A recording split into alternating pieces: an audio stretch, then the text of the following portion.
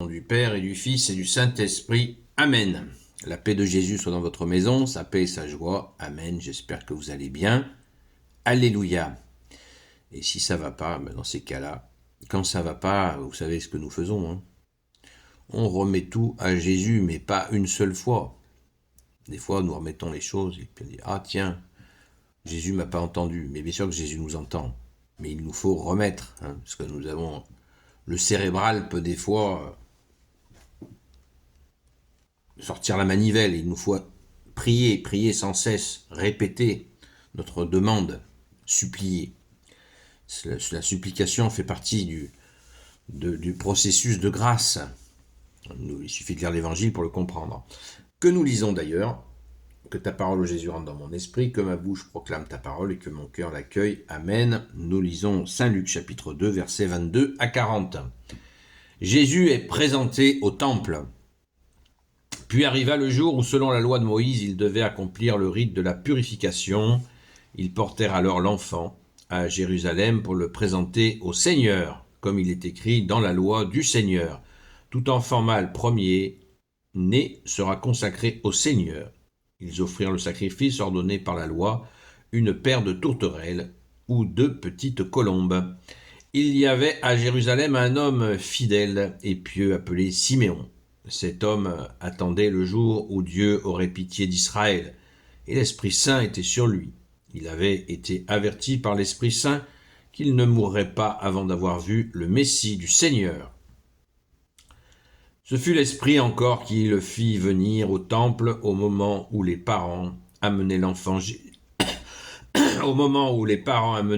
Jésus pour accomplir les rites de la loi qui le concernaient. Siméon le prit dans ses bras et bénit Dieu par ces paroles.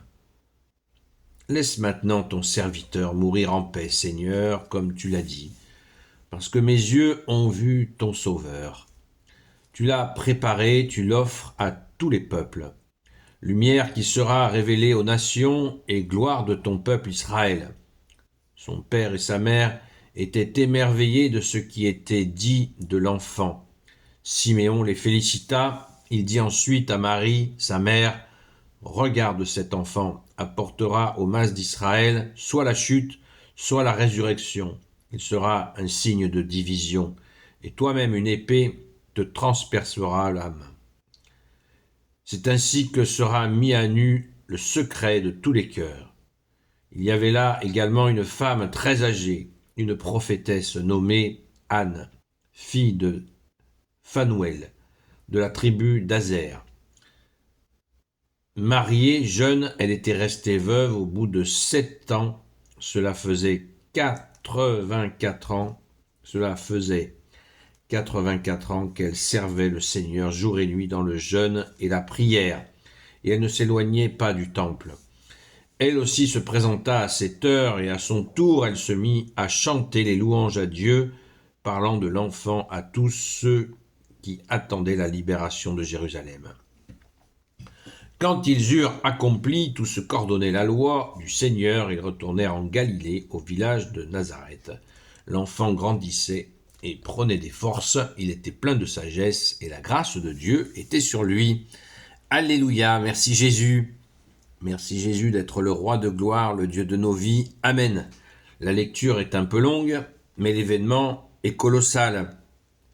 Avec le vieux Siméon, cette sagesse, et nous apprenons en plus par-dessus le marché qu'il y a non pas eu que des prophètes, mais une prophétesse, comme cela nous est rapporté. Alors, on va se réjouir de cette attente, l'attente d'Israël, du Messie définitif, puisque il était annoncé, vous le savez, 700 et 800 ans avant la venue de Jésus, par Isaïe lui-même, le prophète Isaïe. Et quel type de Messie était annoncé? Un Messie souffrant.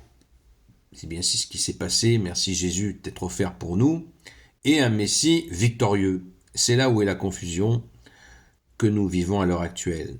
C'est qu'il y a des gens qui croient qu'il y a 2 Messies. C'est une folie, c'est totalement absurde.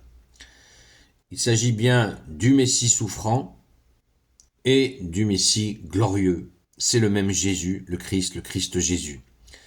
Et à l'heure actuelle, il y a des gens qui sont égarés et qui croient que ce sera un autre Messie glorieux, uniquement glorieux, qui viendra. Et c'est là où est leur erreur, parce que au lieu d'accueillir le vrai Messie souffrant qui est ressuscité et qui demeure auprès de nous, Jésus le Christ Jésus, eh bien qu'est-ce qu'ils font?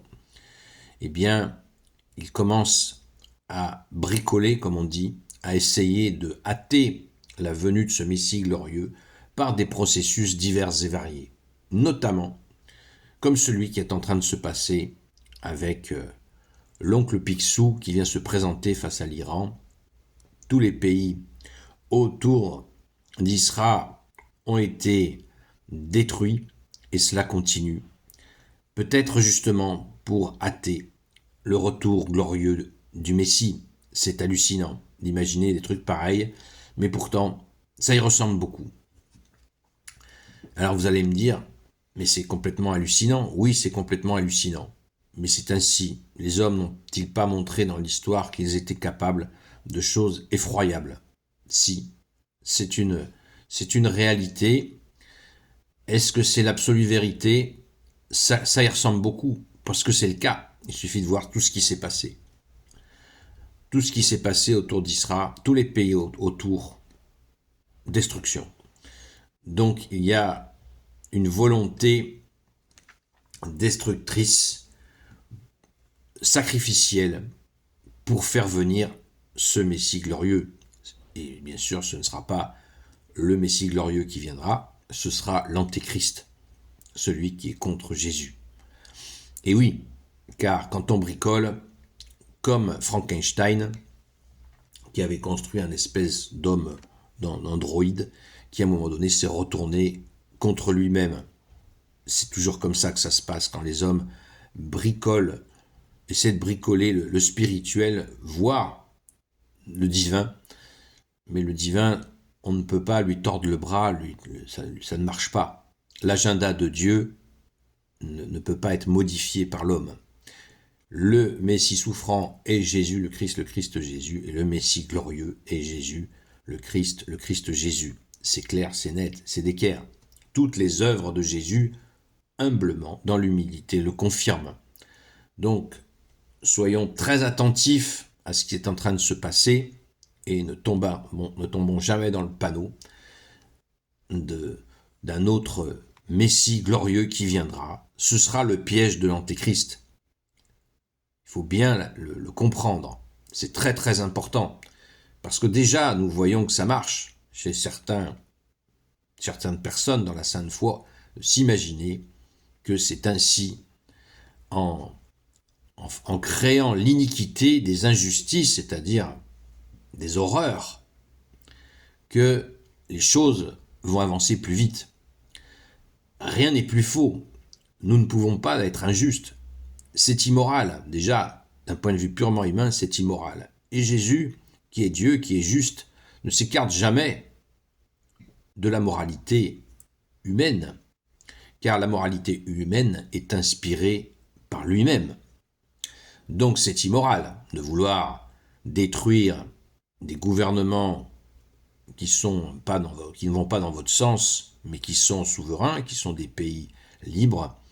C'est totalement immoral, même pour y amener la soi-disant démocratie qui n'existe pas. On voit bien que tous ces pays vont bien plus mal depuis qu'ils ont eu des changements de régime imposés par l'extérieur et toujours par le même duo États-Unis-Israël. Donc, et puis il y a d'autres leur viennent en aide aussi. Les Britanniques sont dans le coup, les Hollandais sont dans le coup. Parfois, des gouvernements français les ont soutenus aussi. Quelle tristesse. Donc prions sans cesse.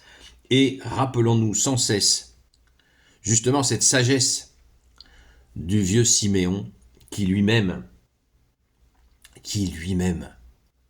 ce brave Siméon attendait dans la prière, la grande sagesse. Il a pris le salut dans ses bras qui est Jésus, le Christ Jésus. Et si vous doutez de ce que je vous dis, Écoutons-le. Verset 34. Regarde cet enfant, dit le vieux Siméon. Regarde cet enfant apportera aux masses d'Israël soit la chute, soit la résurrection. Il sera un signe de division. Voilà. Soit la chute, soit la résurrection. Soit la chute, c'est-à-dire de ne pas accepter humblement quand on fait des bêtises, voire des horreurs, puisque Jésus est la vérité, il n'accepte pas, comme je viens de le dire, qu'on soit injuste, il n'accepte pas l'injustice, Jésus est la justice. Soit la chute, à s'entêter à vouloir par exemple un nouveau Messie imaginaire qui sera l'Antéchrist, ça c'est la chute. Soit la résurrection, c'est-à-dire dans l'humilité, accepter le véritable Sauveur, le Christ Jésus, Jésus le Christ Jésus, comme dit saint Paul, c'est clair et net. Alors faisons très attention, car Jésus a dit, même des élus se feront piéger par l'Antéchrist. Je répète, même Jésus a dit lui-même, même des élus se feront piéger par l'Antéchrist. Alors ouvrons les yeux, les oreilles, et surtout le cœur et l'esprit, afin de ne pas nous faire piéger par l'Antéchrist, et surtout, veillons et prions, car nous ne pouvons rien faire de nous-mêmes, comme tu nous l'as dit, Jésus. Amen. Gloire soit au Père et au Fils et au Saint-Esprit, maintenant et toujours et pour l'éternité. Amen. Ô Jésus, toi qui peux tout et qui portes tout, toi le Sauveur, toi l'Emmanuel, je te confie toutes celles et ceux qui regarderont cette vidéo, ainsi que leurs proches selon ta seule volonté, ô Jésus. Sainte Marie, Reine des cieux, toi l'Immaculée Conception, toi qui écrases le serpent, toi qui es la lune sous tes pas, toi notre Mère, Notre-Dame, Saint Joseph, toi le juste et le saint, toi le sage, toi la terreur des démons, toi le saint gardien de la Sainte Église catholique apostolique, Sainte Marie-Madeleine, notre chère Sainte Patronne, et vous tous les saints et saintes, amis de toi Jésus, Saint Michel Archange, Saint Gabriel Archange, Saint Raphaël Archange, et vous tous les anges qui te servent, ô Jésus, je vous confie toutes celles et ceux qui regarderont cette vidéo, ainsi que leurs proches, selon ta seule volonté, ô Jésus. La paix de Jésus soit dans votre maison. Je vous donne rendez-vous à la grâce de Jésus sur le TikTok Seul Jésus Sauve, sur le compte TikTok Seul Jésus Sauve, comme tous les soirs depuis près de 3 ans, de 20h à 22h. À très vite. Soyez bénis.